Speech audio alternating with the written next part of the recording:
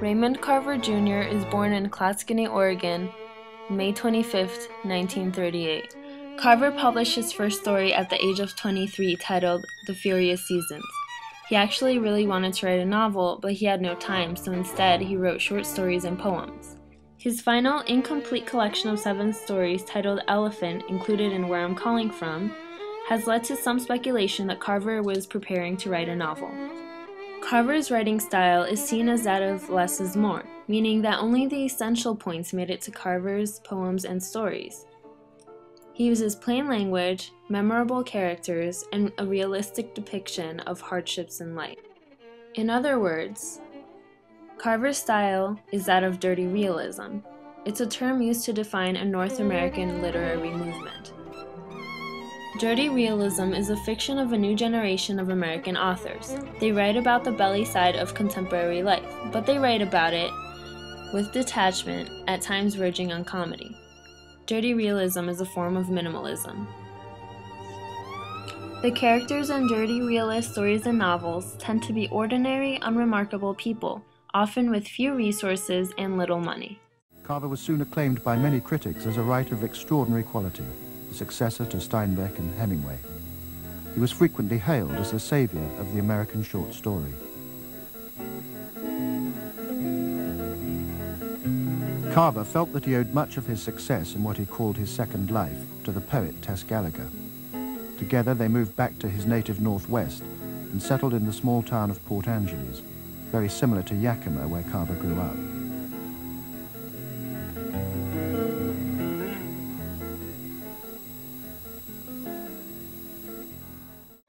In Carver's stories, alcohol is always involved as it was a big part of his life. He began drinking heavily in 1968. However, during these years, he receives 3 awards and has 12 or so short stories and poems published. I was never into the myth or the mythos of alcohol and the artist at all. I was just into the alcohol itself. I liked the taste of it. But I never from the beginning connected this up with the fact of wanting to be a writer, or the fact that alcohol would help you write. No, I was into the thing itself, and I didn't connect this up with the myth of the writer as the alcoholic, no, as a heavy drinker, I should say. Because for such a long time, of course, alcoholism was a strange and horrible word. It was something that happened to people who slept on park benches and hung around in the Bowery and things like this.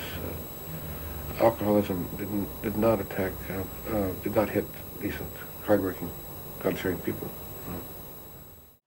Carver's stories were published in Esquire and The New Yorker. David Bellamy called Carver the most influential stylist since Donald Berthelme. He was writing for writers, for those who appreciated experimental literature, as well as for a general, though sophisticated, reading audience.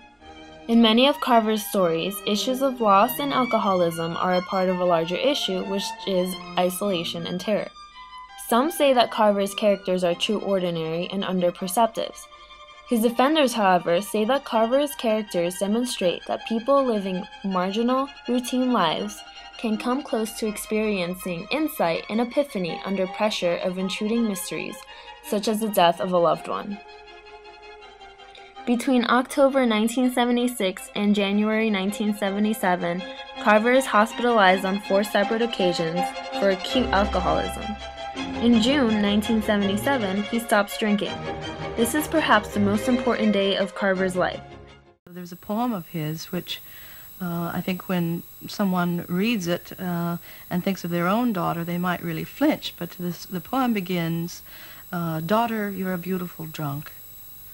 That was the hard, cold truth of what he saw and what he suffered from himself and his own drinking, and suffered then again through his daughter's drinking.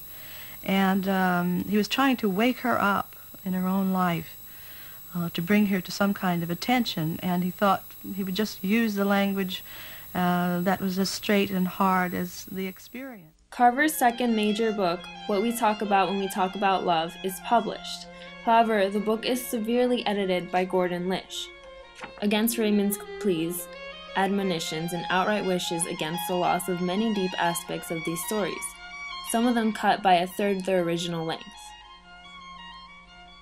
After Carver's death, Gallagher fought for permission to republish the stories in What We Talk About When We Talk About Love. In the New York Times, Stephen King described Lish's influence on Carver's edited stories as baleful and heartless, singling out the story The Bath as a total rewrite and a cheat. Chekhov.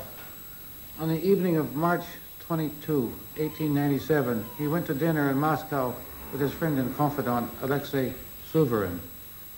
This Suvorin was a very rich newspaper and book publisher, a reactionary, a self-made man whose father was a private at the Battle of Borodino. Like Chekhov, he was the grandson of a serf. They had that in common. Each had peasant's blood in his veins. Chekhov was impeccably dressed, as always. He was relaxed, jovial. He had just been seated across the table from Suvorin when suddenly blood began gushing from his mouth.